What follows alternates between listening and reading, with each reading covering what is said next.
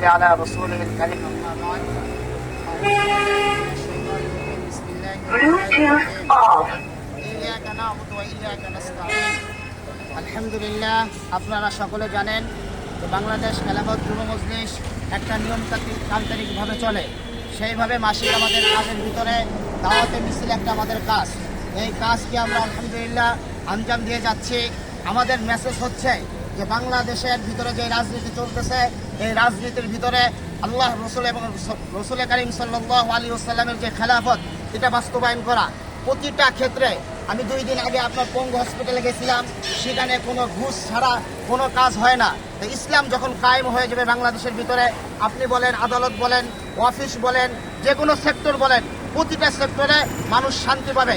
এই জন্য বাংলাদেশ খেলাফত যুব মজলিস এই আশা নিয়ে, ব্যক্ত নিয়ে, আল্লাহ এবং রসুলের কোরআনকে সামনে রেখে বাংলাদেশ খেলাফত যুব মজলিস যে রাজনীতি করতেছেন, আপনারা এটার সাথে থাকবেন।